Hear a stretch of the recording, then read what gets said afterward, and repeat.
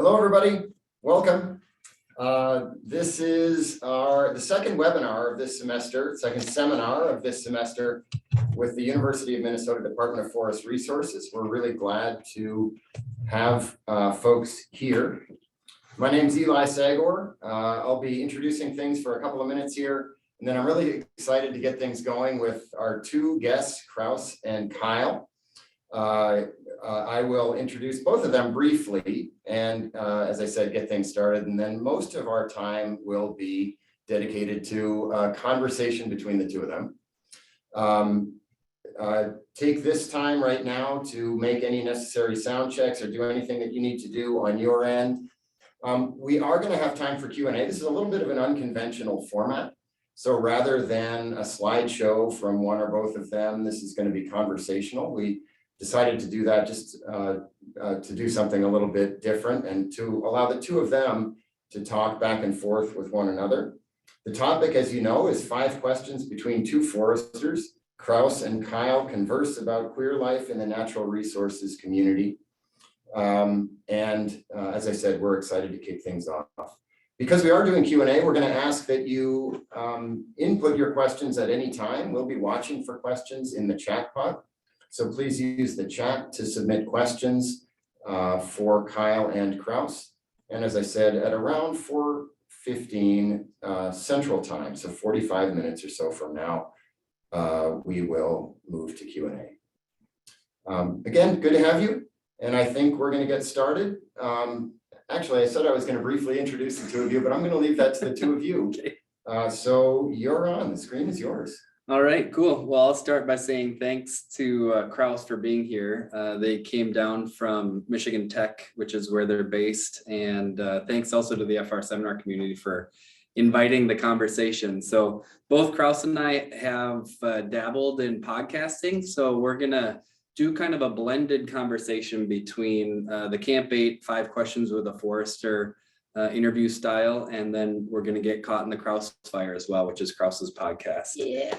So our goal is to be relatively conversational and have the baseline questions to serve as an infrastructure and to try and talk as authentically and freely as we can about what our experiences have been as two people that have now been involved in natural resources for a handful of years, a number of years, and because our queer identities are a big part of our identities, it's just going to come up at times. And but yeah, so it'll be a pretty free-flowing conversation to get started. So first question in the 5 questions between two foresters. Who are you and who do you work for as a forester, Krause? Yeah, so I am Krause. I use they, them pronouns also.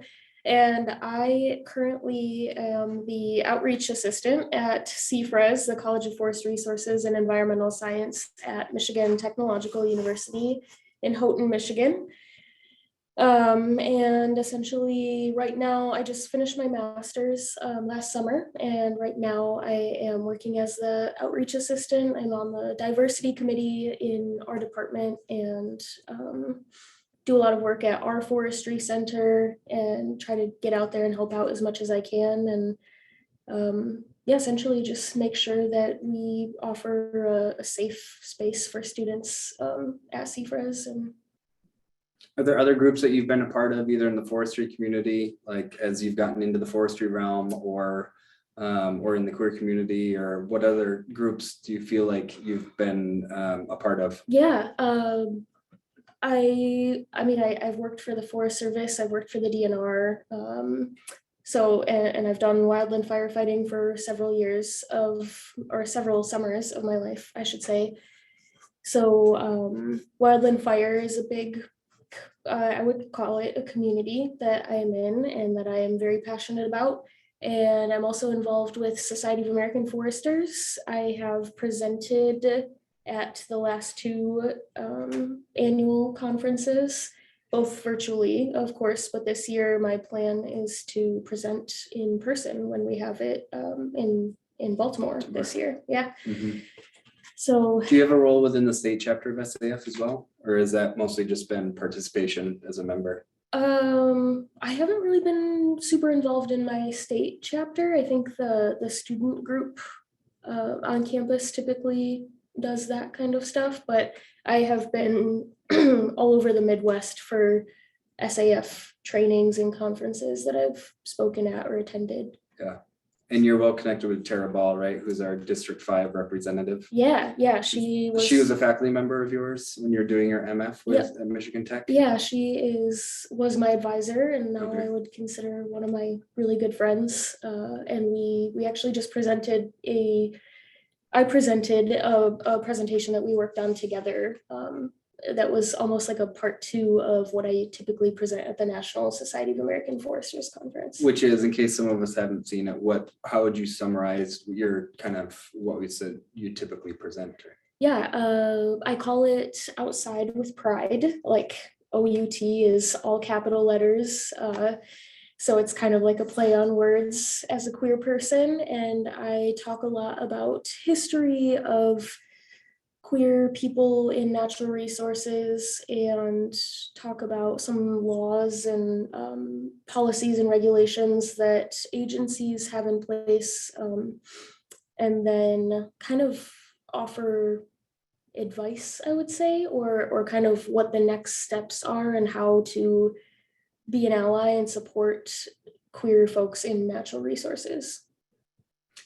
In your work in this space now for a while, would you say there are a lot or not many, or to what extent do we have a sense of how many queer people are in the natural resources discipline? Yeah, I mean, that's definitely something that I think Tara would have more information on for sure. But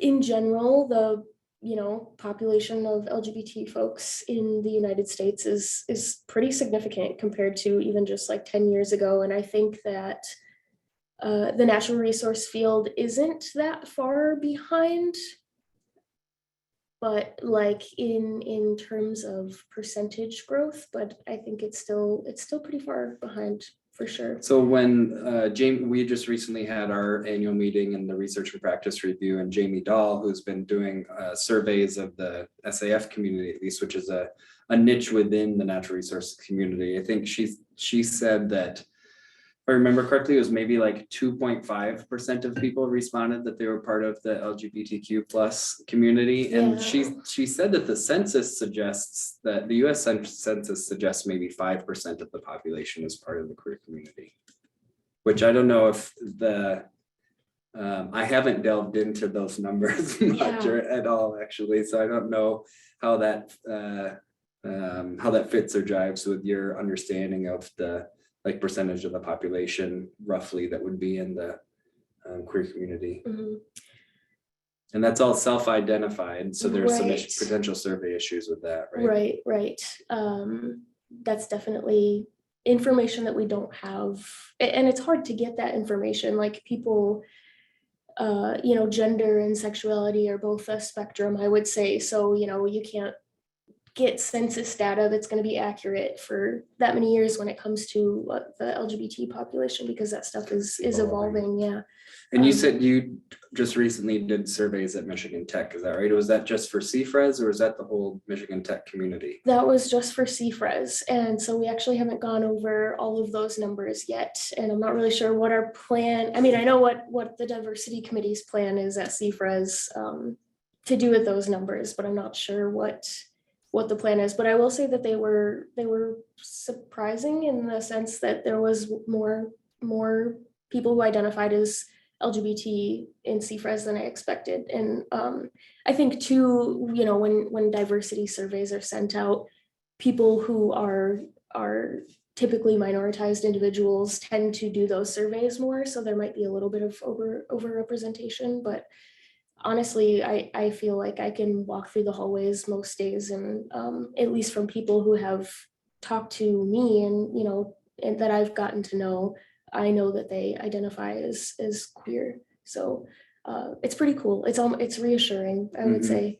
And I also think that my perspective on queer folks in natural resources is probably a little bit skewed because I almost only surround myself like that. That's the people that I want to be hanging out with. Yeah. So with those folks more than other folks, I would say. Okay. Yeah. Anything else on that front? Who are you? Who do you work for? I don't think so. Okay. What about you? Do folks on the Zoom know who you are? Probably some of them do, but I'll answer that same question. So that who am I question is always really interesting to answer because I think as a culture tend to identify who we are as what we do. Mhm. And so I don't know how to exactly answer the who am I question because it's an ever evolving process of who I am, but I am me. And my parents gave me the name of Kyle and last name Gill. And so that's what I go by. And I use he, him pronouns. Exploring my gender identity is something that hasn't necessarily been something that that I've thought of that much, but I would identify as a cisgendered male and as a cisgendered gay male. And so sexual orientation is definitely something that has been a big part of my life and figuring out when it needs to come up in conversation, if it needs to come up in conversation, all that stuff. Like that's been a real internal struggle for me over the years. And a few years ago, I was like, I'm the only one that's suffering if I'm not just being authentically who I am with other people. And so it was a nice place to come to, I think, as an individual, to be able to be surrounded by people. We've got a crew of a few people here at the Forestry Center, and to be surrounded by communities that I know that I'm going to be supported was a huge part of that. And the FR community has been, I think, supportive of me as an individual for a long time now. I started as an undergrad in 2004 at the University of Minnesota. Mhm. And except for a couple of years of hiatus where I wasn't doing seasonal work with the University of Minnesota, I've mostly been a student or an employee of the university since 2004. So my current position with the university is as the forest manager and research coordinator for the experimental forest properties. And I'm based here at Cloquet, and we have roughly 90% of our land base is here on the Fond du Lac Indian Reservation, but university owned and managed and stewarded. And then we have roughly 1,000 acres and 3 other properties across northern Minnesota. So I feel like my main role here as the forest manager and research coordinator is to be the primary land steward and make sure that we know what has gone on here for the last 100+ years, and to take good records to make sure that what we're doing here now is respectful of the land, and also respectful of the research and respectful of all the things that we want to be able to offer to the wide variety of people that want to come to a place where there's an experimental forest. Yeah. My role in SAF right now is as the state chair, and I've been involved at the regional chapter level as the incoming chair and chair of the Lake Superior chapter, and involved with the DEI committee, diversity, equity, inclusion committee, and trying to think if there are other groups I've been involved with. I think ones that I don't think about all that often, but I have been fortunate to be a part of, are the Minnesota Forest Resources Council Landscape Planning Committee. So both the North Central and the Northeast. In Minnesota, we have the state broken up into, I think, 6 different landscape level committees where they try and bring multiple agencies together to develop 10-year plans to think about how to do shared stewardship across the different ownerships. So those have been really interesting to partake in. And then in a similar way, but directed by the Soil Water Conservation Districts and the Board of Soil and Water, Bowser, Board of Water and Soil Resources. Mhm. They do that planning level at the watershed scale. Okay. And so it's another like multi-agency perspective planning for their priority is how to make sure that we've got clean water and all the resources that are tied. And it's been really cool the last few years. I think the water and forest communities have been integrating a lot more here in Minnesota, because there's a huge understanding that if we have clean water, we want to sustain clean water, that means we also need to be active with our land stewardship. And there's a lot of practices that we can do to have those things work together. It looks like maybe you're in high agreement, and maybe that's going on in Michigan as well. the connection between forests and water? Yeah, I think it's getting there. I guess it's been a while since I've been out in the field doing work, but it's something that we talk about a lot in classes and needs to happen for sure. Yeah, and there's I don't know, I think maybe there is a history of thinking that active management wasn't necessarily good for water quality, but I think there's enough out there now that suggests that doing good stewardship and following, here in Minnesota, we have voluntary guidelines that have really clear guidelines, not rules, but guidelines about like what can and can't happen within riparian zones, and especially if it's a trout stream, different things like that. So I think forestry's been thinking about water quality for a long time, and it's in the guidelines here in Minnesota. And people that have been exploring that that relationship are continuing to explore that relationship. Yeah, I have a lot of quite a few friends who do research and different projects at Tech with like wetland restoration type stuff. So I haven't worked with them, but just hearing like what research that they're doing and what projects they're doing, it's pretty cool. So what does it mean to you to be a forester, and what inspired you to follow a career path as a forester? Yeah. What does it mean to be a forester? I like answering this question because I think I like to show that there's so many different ways to be a forester. Yeah.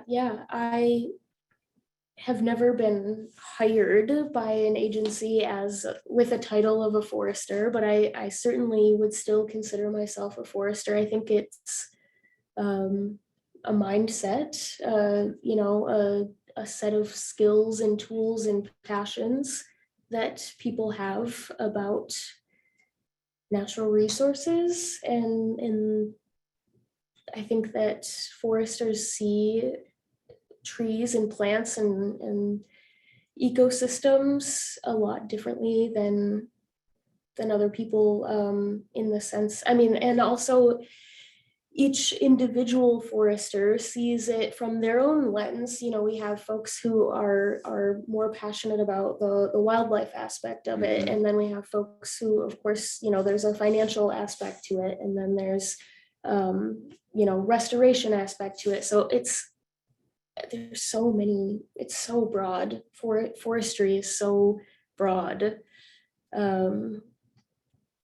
And what inspired you to follow the career path or to get into forestry? Yeah, I think I would say, because you didn't start in forestry, right? No. I got my undergrad in criminal justice, but at the time I went to Northern Michigan University in Marquette, and at the time they had a wildland firefighting minor, and that sounded better than taking environmental science as a minor, because I really am not great at biology and chemistry. And that was a lot of those courses. So I figured I might as well try out firefighting, and took the first course and just fell in love with it. And then got a job with the Forest Service two summers, for both summers after I took the intro course, and continued working on my minor, and that kind of took over my interest in criminal justice. I still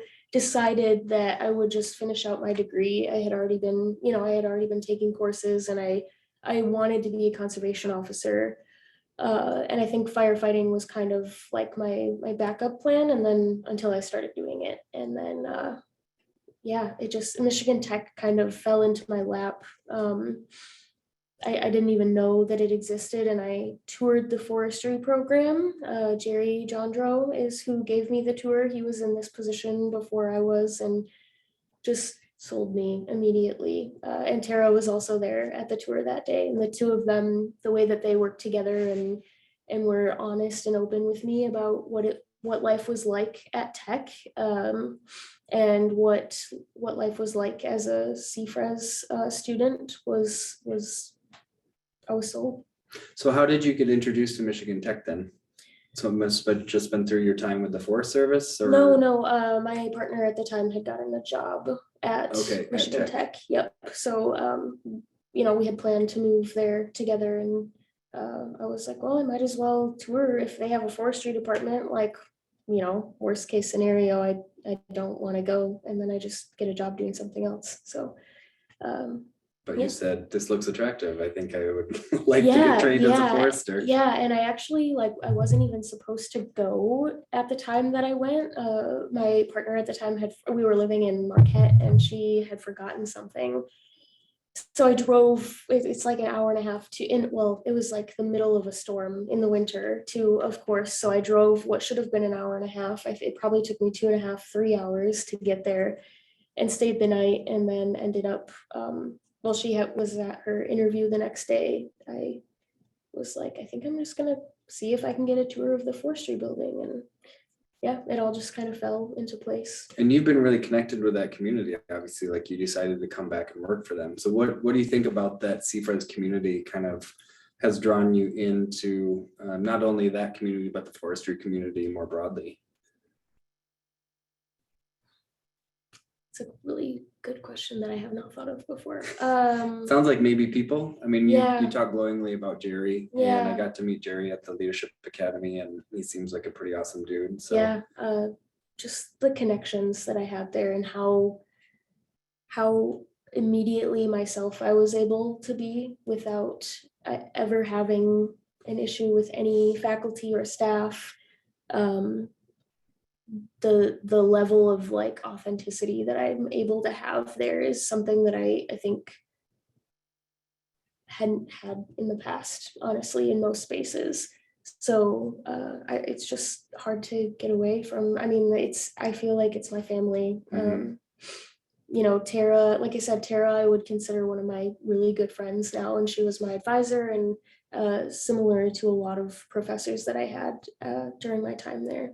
So the camaraderie of it, I would say, is a huge, huge aspect of it. And then also just knowing that, when I was getting my master's, I was working part-time, maybe 20 hours a week if I could squeeze it in, as an office assistant. And during that time, started trying to get into the more diversity stuff. I actually worked at the Center for Diversity and Inclusion for a semester, and in CFRES at the same time while getting my master's.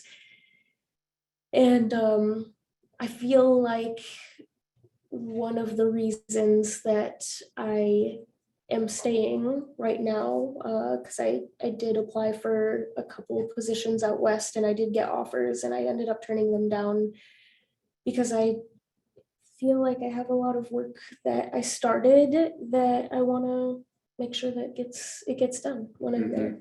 I feel like I'm just not done there yet, and I also think that it would be really hard for me to lose that community right now. we'll probably get to maybe some of the projects of the work that you started in either question 3 or 4. Okay. Assuming those are memorable projects. Yeah, we'll see. Okay.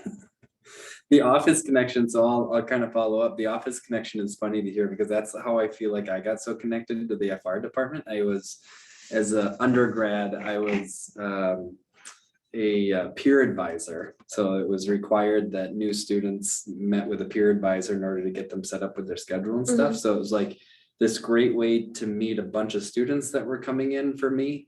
And then I also met a lot of the faculty members, and then that created different job opportunities that I was at that time probably ignorant of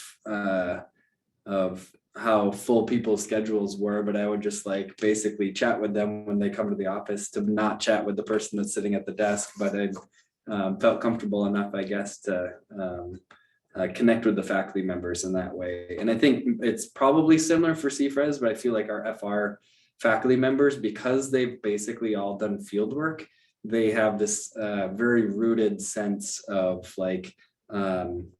I don't know, they've gotten their hands dirty in the woods, and so they're not too proud to connect with students. And I think they see connecting with students as a big part of their job. Yeah. Which I think for me, as somebody who was looking for that as an undergrad, found that connection with the faculty, found the connection with other students within the school. And that's basically why I've been been with the university as long as I have. Yeah. And getting into it, so my career path, it was varied and tried a few different things out, a couple different schools out before ending up in forestry, but ended up like learning that I could study trees. It was as simple as I could study trees, and that like basically got me hooked in learning about trees and forests and all those things. The forester question, what's the start of that? What does it mean to be a forester? I think I have a really similar perspective to you, that what it means to be a forester is so varied. And I think I've come to realize that we often get biased into this idea that forestry is only about the trees. But I think over the last 10 years, and especially working here at the Forestry Center, where I get to make decisions about land stewardship, and coming to understand that we as trained Western trained foresters have a real bias towards the trees. Yes. And so it's been really interesting to think about treatments for the land that aren't necessarily for the trees. Yes. And to like be open to that perspective of saying, you know, this is a forest treatment, but there's these other community members like the fungal community or the micro community down in the soil, that if we're not taking care of those portions of the community as well, then we maybe can't expect the trees to be in the shape that we kind of expect them to be. Yeah. And so that's been a really fun part of my getting to understand what forestry is. So I think I would say, what does it mean to be a forester? Basically, anybody that's thinking about forest ecosystems and is working with forest ecosystems, whether that's modeling or hydrology or silviculture or boots on the ground foresters, like it's pretty broad. Yeah, absolutely. Yeah. I agree. So for you, you've talked about this a little bit, but maybe we'll go into it more. What does being a forester look like for you on a daily or seasonal basis? And how do you, what does being a forester look like for you on a daily or seasonal basis? Yeah. So you're a forester within the academic realm right now to some extent. Mm-hmm. I think I think throughout my life, I'm going to experience many different versions of being a forester. I would say as a wildland firefighter, even before I had the education, like before I had my master's, I learned about forested ecosystems and you know, managed the land and manipulated the land in that aspect. And while I didn't know a lot about it back then and have that like background scientific knowledge about like, okay, why are we putting the fire on the ground? I just kind of was like doing it because that was what I was supposed to do, you know. I would still consider that an aspect of my forestry career. And then being a student and going to the Ford Center was like super cool opportunity that I had, and where I learned to essentially put all those skills together that I had learned throughout my coursework in my labs. And then doing the outreach work is, you know, I'm not trying to really convince people to get into the profession, but I am trying to make sure that people who are interested in it right now are getting the resources that they need. And I think that diversity is going to continue being a huge part of my career as a forester. Whether, you know, if I decide to go back to being a wildland firefighter as like that is my title, you know, I still would love to do diversity work with whatever agency, company, university, like wherever I'm working.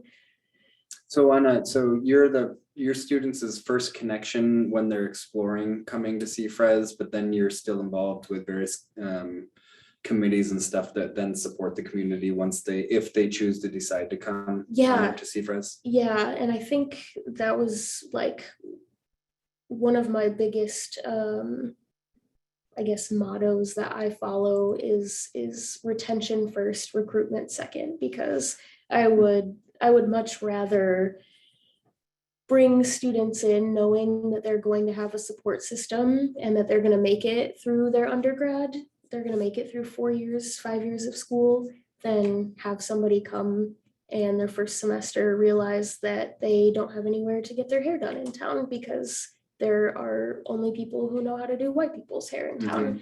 And then they end up dropping out because, I mean, it's not just about that, but like those small things and like the microaggressions and everything are that student's going to drop out, and that's a waste of their time and money, and it's a waste of the college's time and money, and it's honestly just not healthy, I think, for the student especially. So I don't like trying to get folks to come into CFRES who, if I don't feel like they would be supported yet. So that's then where the committee work kind of comes in, is saying like, okay, if we can build up and retain the present students and make a supportive environment there, that's then something we want to be able to invite people into. Yeah. Essentially. Yeah. What do you think drove that? That's like a really great line. Recruitment first, retention first, recruitment second. Like, what developed that phrase for you, do you feel like, or is that something that was handed down by others? I think one day it just like that phrase came into my head. I would say like those words I made up myself, I would say, that phrase, but I would say it was inspired by Jerry and how like he was my first person, my first point of contact that I had in the building, and like the way that he went about it and was honest with me was like just something that really, really resonated with me, and that I wanted to make sure that I continued And do for others. Mhm. So what about your forestry training? Like, so you're in kind of a communications and community connection position as a forester right now. So how do you think you're going through the MF program and like training as a forester? Like, how does that then influence you on kind of a regular basis, or do you feel like it does? To what extent does it influence like your approach to communication and connecting with people, or community connections? Yeah. Selfishly, I think that I am doing with the work that I do. I think that I'm preparing the folks that I give talks to, that I present outside with pride to. Those folks are typically already folks that are in the field, or they're gonna go into the field. And I do plan on being out in the field outside of academia in the near future. And I kind of feel like I'm almost preparing them for me to get into the field so that when I get there, it's better. It's pre-retention, basically. It's like, I don't want to hate that space once I get out there. So. But no, honestly, I think that I'll always have those skills that I learned in college, and I can always, brush up on them when I get out in the job. But the people aspect of things is something that I think about a lot in terms of now and the future. And I guess to make it short, I think that I don't really use my Master of Forestry right now. I think that I'm utilizing a different set of skill sets that I have and kind of bringing them together. And but my plan is to long term, I guess, be a professor. I would like to teach probably a fire class or two and some forestry classes when I'm older, but I really value professors who have been out in the field for years of time and have that like hands-on skill set and teaching style. So I want to do that too. And eventually I'll be out there. I just like my job too much right now to leave. It's also a certain amount of street cred for knowing what the students are about to get themselves into. Yeah. Like you wouldn't be able to have that. You wouldn't be able to educate them as well about what they might be getting into if you didn't have that experience yourself. Yeah, exactly. And I think that's also why I'm still doing what I'm doing right now as an outreach person and with this diversity work, is because I've been on firefighting crews where I was the only person who didn't identify as a cisgender male. And that's, experiences that some of my students are also going to have in the future. So I gave a funny look when I was looking at my questions before, because I had added a follow-up question that you led perfectly into. How do you think your experience has been similar or different from a cisgendered white male, which is kind of what we would think of as the normal or the maybe average experience within the forestry community? Yeah. So similarities and differences from it, and maybe terms wise, would you be willing to give like a brief terms definition of what it means to be cisgendered and or male, like your perspective on that? So cisgender is essentially somebody whose gender expression, gender identity matches what they were assigned at birth. And then folks who are not cisgender, it doesn't necessarily have to mean that you identify as transgender. I identify as non-binary and don't really identify that much with the term trans. I don't know, I just non-binary works better for me. That's just my personal opinion. So yeah, that's essentially then trans or non-binary is that you don't match the assigned gender that the doctor gave you when they looked at you as a little baby at birth. So like a gender separation from the like biological sex, you know, Yes, is that yeah. a simple Yeah. or a reasonable understanding of that? yeah. So then back to how would you say that your experience has been within the forestry community has been similar or different from a cisgendered white male?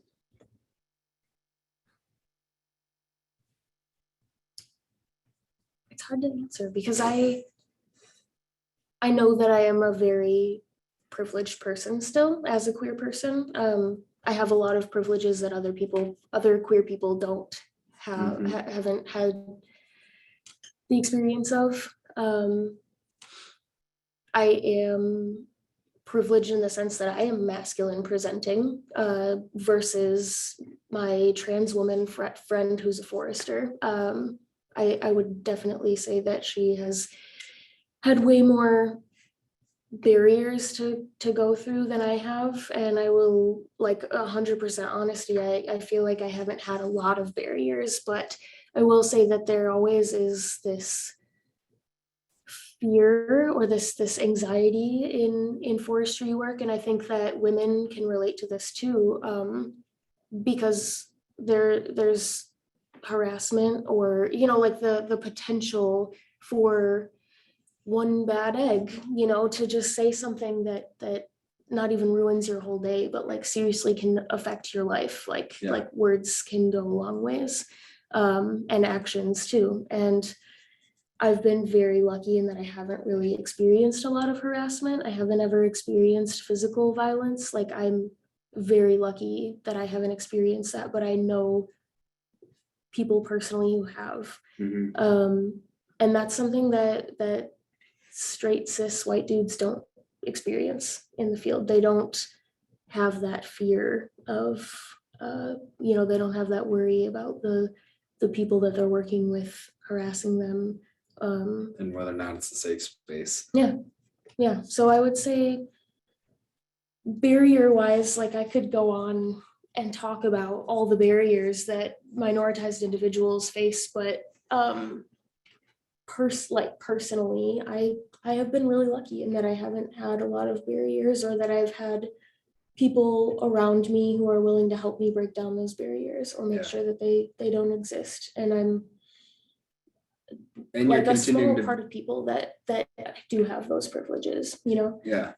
And you're continuing to break down those barriers. That's how I was first introduced to you, was your piece in the forestry source a couple of years ago. And it was like, okay, this person's pretty awesome. And they're really willing to speak out about their experience. And as far as I know, one of the first people really willing to be very out with your combination of gender identity and your presence in the LGBTQ plus space within forestry. Do you know of others that have been as forward in the space? No.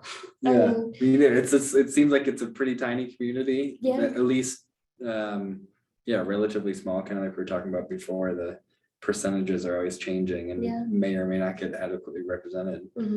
But what do you feel like has given you the confidence, I guess, or the the willingness to like do that pre-retention, a way of saying like, yeah, the community is not quite there yet, but I'm gonna like take this large role and put myself out there in a potentially exposing way. Is what is it about you that like has been willing to be that forward, or to just say, yeah, I'm just gonna do it?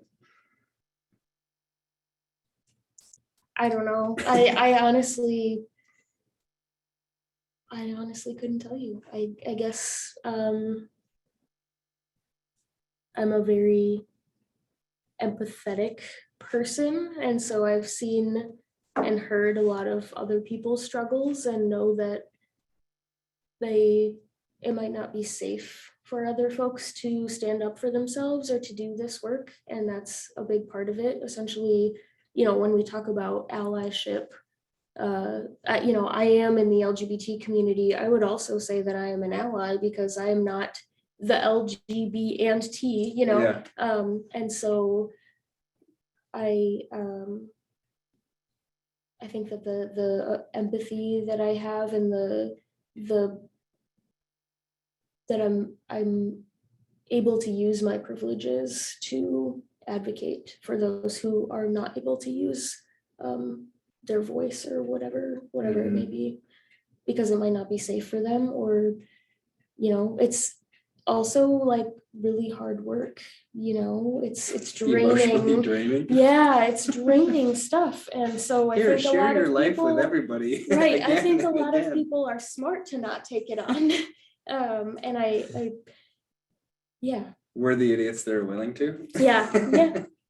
Yeah, and I think for me, like similar question, I can lean into my cisgendered white male identity, and that's what I chose to do for a long time, because I was still coming to grips with how I don't know, I was still coming to grips with myself and letting myself evolve, and I didn't really want to do that in that public of a way. But I realized a number of years ago that by trying to be open with my own story, I can hide my certain aspects of who I am, but there's a lot of people in the community that can't. And so in order for me to try and be a leader and make spaces where other democratized people with what's the word I'm looking for? Not democratized, minoritized community members, not like you said, not everybody has that privilege to be able to like basically lead from the front. And so like I see that as an opportunity, and why I want to be able to have conversations and hopefully commit to the work of being like, yeah, this is a space where not everybody feels comfortable. And it's not always about comfort all the time. I don't think it's about, to me, what I've come to understand is that the work of diversity and inclusion is making sure people aren't alienated from the table based upon something that they have nothing to do with, like whether it's sexual identity or gender identity. It's like for too long, there's been people that just aren't invited to the table and not allowed to have their opinions shared because they were the other, or like were legally allowed to be fired up until like 2 years ago, right? Yeah. And it's like, when I learned that, it's like, wow, that's a privilege of being in Minnesota for me. And also as somebody who is can lean into the majority identities that I have rather than having to be as open with the minoritized identity. Would you say that you have faced barriers, like since you have mostly self-imposed?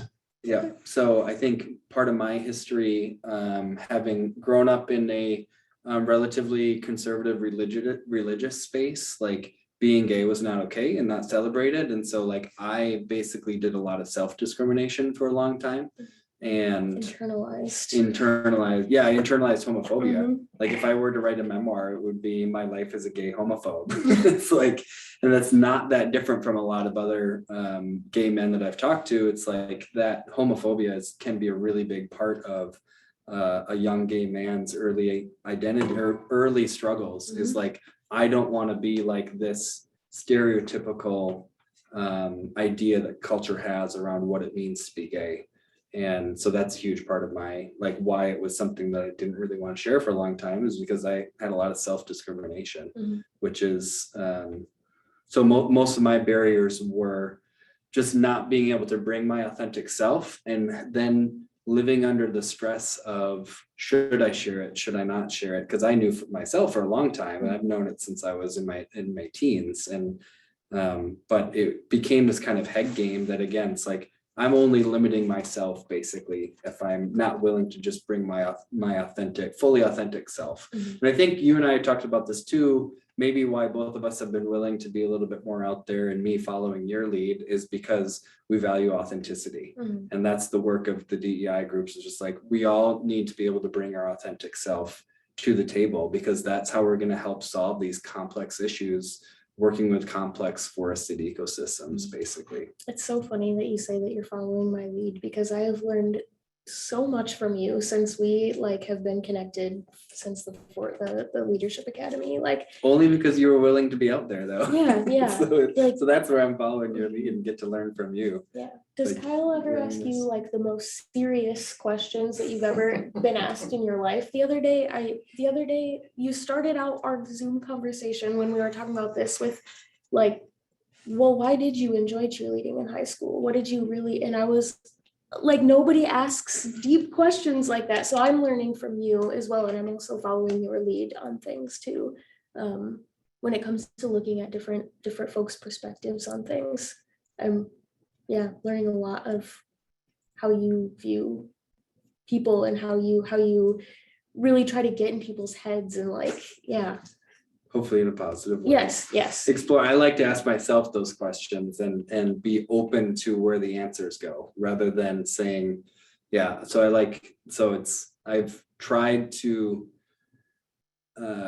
I like people that ask open-ended questions, and reserving judgment is a skill that I've been trying to build upon and learn about, and being like, okay, let's reserve what I think this should be. And that's an approach that I've tried to bring to my land stewardship too, is just like, I think I don't want to tell this portion of the forest what it wants to be in 100 years, instead of going out there and listening to it and sitting with the space a little bit. This is something I've learned from some of our Indigenous collaborators. It's like, sometimes we need to not tell the woods what it wants to be, but like go out there and actually be humble enough to say, and actually listen. So like, to say nothing is where I was going at there. But that's not necessarily what we're taught to do all the time. So we're getting pretty close to the end. So do we have some questions, Eli? Yeah, we do. We've got some great questions. I'll invite folks to submit any additional questions too. We've got about 10 minutes left, a little more than that, about 13 minutes left. I'm going to combine a couple. So one of the first things that the two of you talked about was statistics.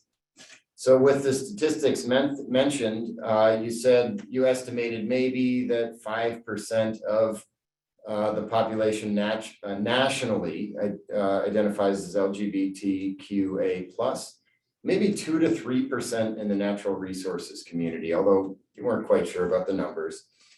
Do you think that there are barriers in the forestry field that make it difficult for recruitment? And I'm going to kind of combine with another question we received. You both talked about individual barriers that you faced. Similarly, what do you see as those biggest challenges for queer folks in forestry, that might account for that difference in the percentages we see in the general population? I think historically, forestry and natural resource professions have been dominated by cis straight white men, and that is it's a history that's really hard to erase for some reason. I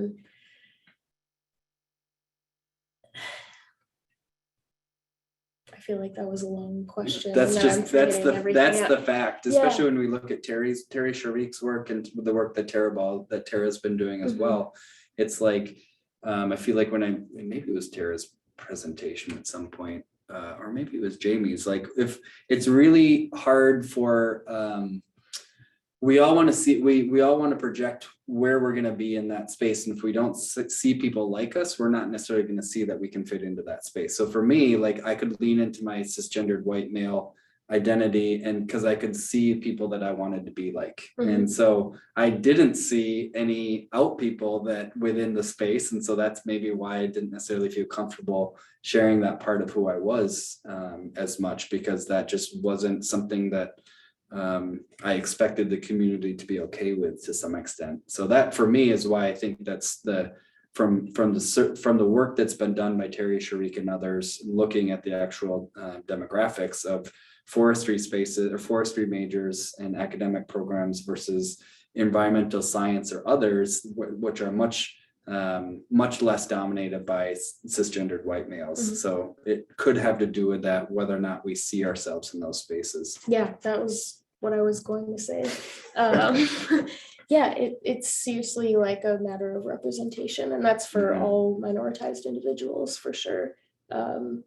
Highly suggest looking at Terry Sherrick and Tara's work. Sharik, not Sharik, Sharik. Yeah, Sherrick.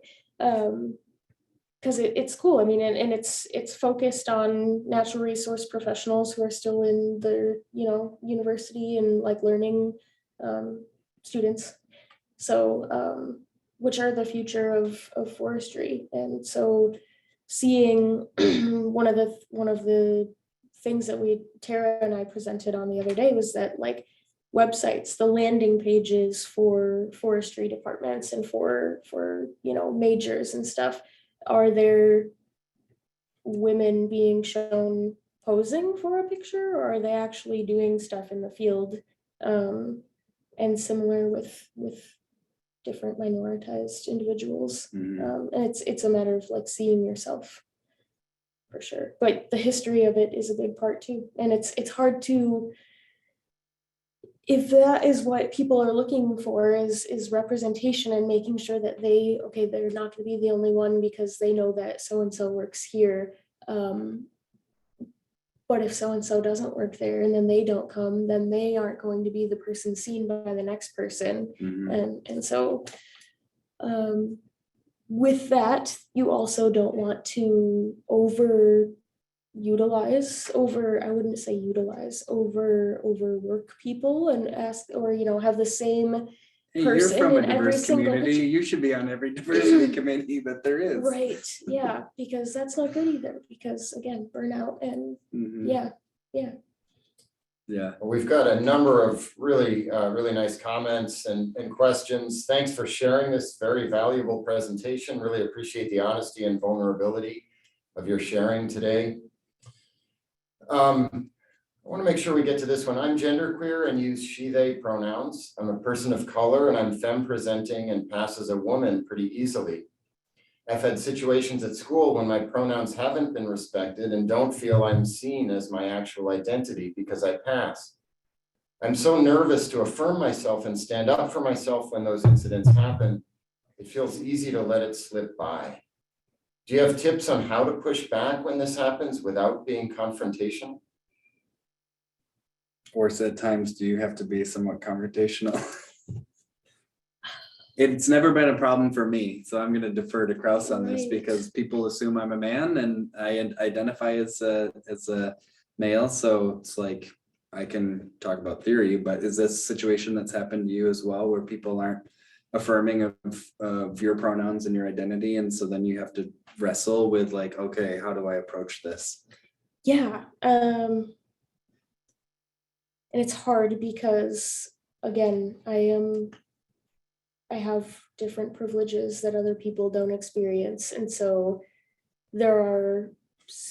I would say it's pretty situational for me when I end up saying something right then, there in the moment.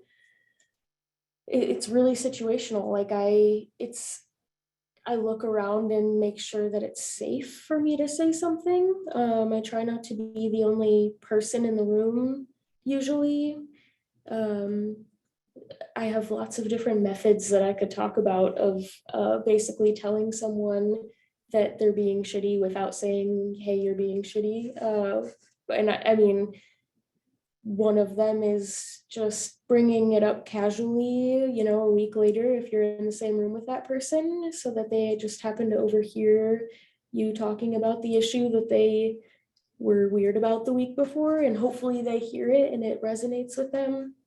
Have you ever tried, if it's happening from a cisgendered white male, have you ever tried calling them she regularly to see how they respond? I have not. Or would that be too passive? Uh, Because that's what might come to be my understanding is just like, okay, if somebody doesn't want to affirm my pronouns, that basically means that then I can use whatever pronoun I would want for them because they're not respecting that for me. And not that that means that we don't have to respect that for them, but that may give them that experience of like, oh, this is what it feels like when somebody uses the incorrect pronoun, which I'm not sure, maybe that's too combative or passive aggressive. Yeah, I don't know. I hadn't thought of that one somehow.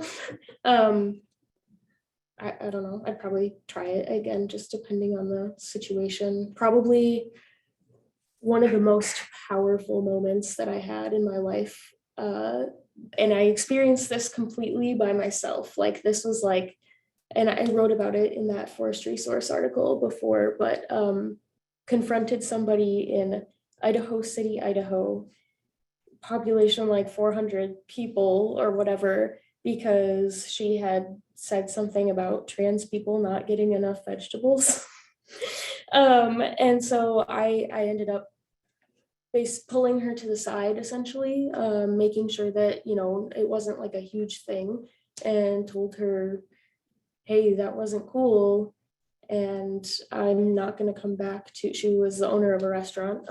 I told her that I wasn't going to come back if she said that. And I was very stern and serious with her, and very scared because like I was in Idaho City, Idaho, and she, like, I literally watched her jaw hit the floor because nobody, I think, had ever put her in her place like that, because she owned like all the restaurants in the town and basically ran the town. So do I remember from your outside of pride presentation at the Leadership Academy though, that she does have a trans, she was somehow connected to the LGBT she said community, right?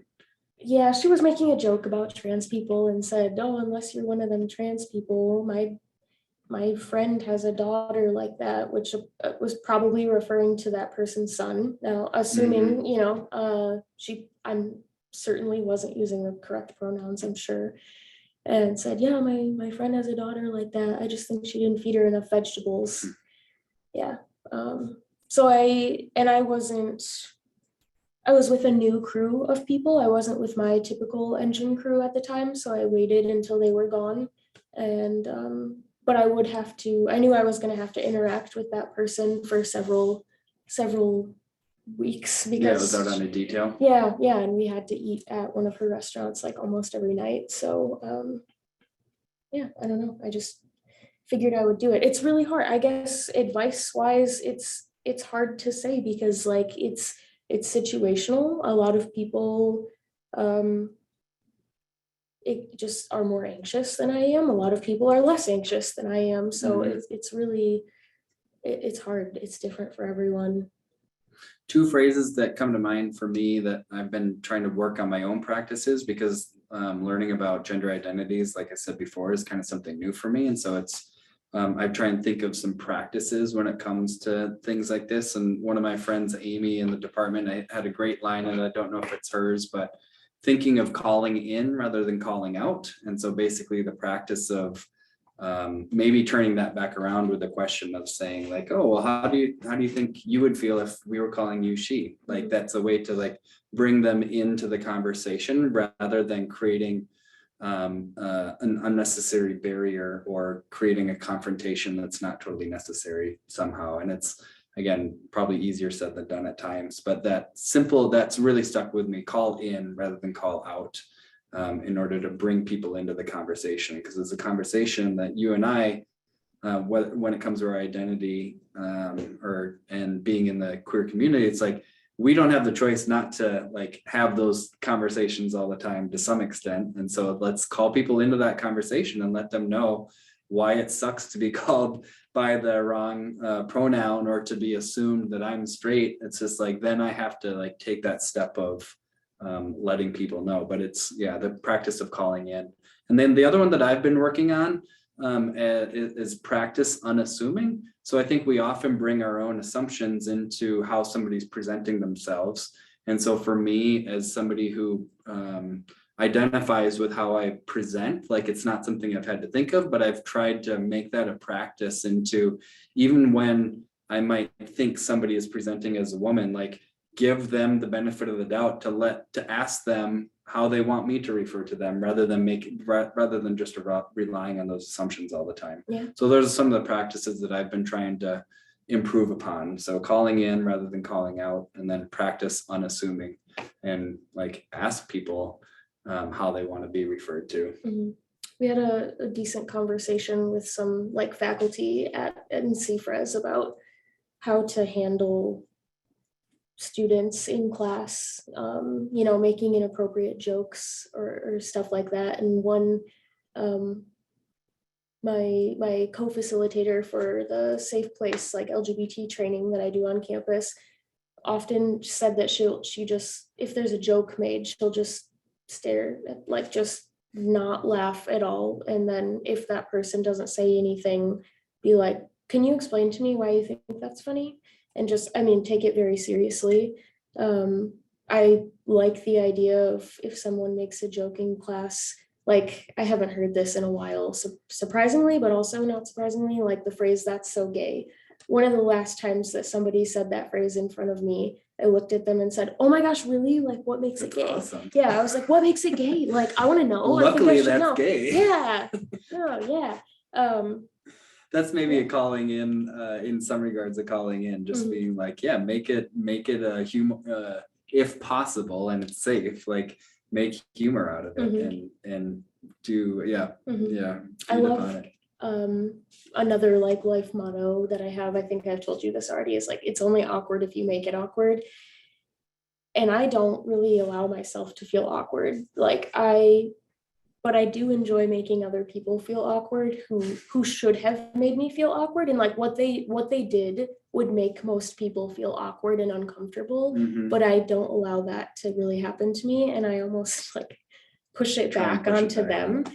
And I do get a lot of enjoyment out of it, but also like I think it's a good way to learn. I think it's a good way for people to learn that they made a mistake and Yeah. that they shouldn't be making people uncomfortable. Yeah.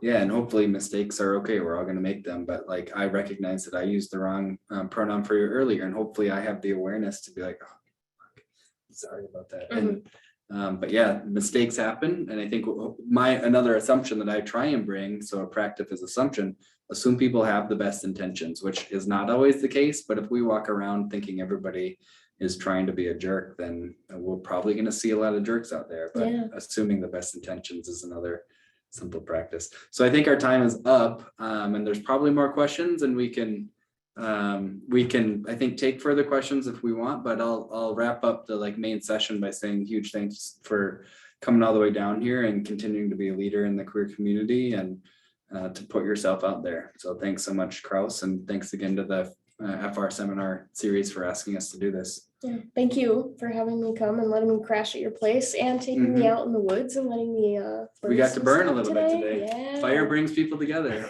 Our forests need the fire. Yeah, and thank you everyone else who helped out and folks that are here watching, all four of us. Well, great. Well, thanks to both of you from the University of Minnesota Department of Forest Resources. We really appreciate, Krause, you making the time to travel to be with us. It's great to have you here at the Cloquet Forestry Center and to be part of our department's work. I do want to read a couple of a comment here. This is from Lauren. I don't know how to say her last name. Escamilla. Loren, I'm sorry. I got her first name wrong too. Krause, I don't have a question, but I'm incredibly proud of you. As a trans woman in forestry, you had a big impact on me when I first met you back on the Hiawatha in 2017. Thank you for all that you do and continue to do. I love you, Loren. Also, Loren is a huge inspiration to me as well. And I've learned a lot from her in my time as a firefighter and as a forestry student, for sure. Yeah. Great. Well, we do have other questions. I think a conversation like this could go on for a long time, but I think it's probably time to close it out. I hope we can continue this kind of dialogue, not just within our department and college, but throughout the profession. I think it's really very much needed. And I appreciate both of your leadership in this realm, and helping all of us to learn and move forward together. For folks who are watching online or anywhere else, our next Forest Resources Department seminar is with Kurt Kiffmueller with the Department of Geography at the University of Minnesota, April 25th. We would love to have you join us then. Krause and Kyle, thanks again for being part of the seminar series. Thank you. Thanks for coming, everybody.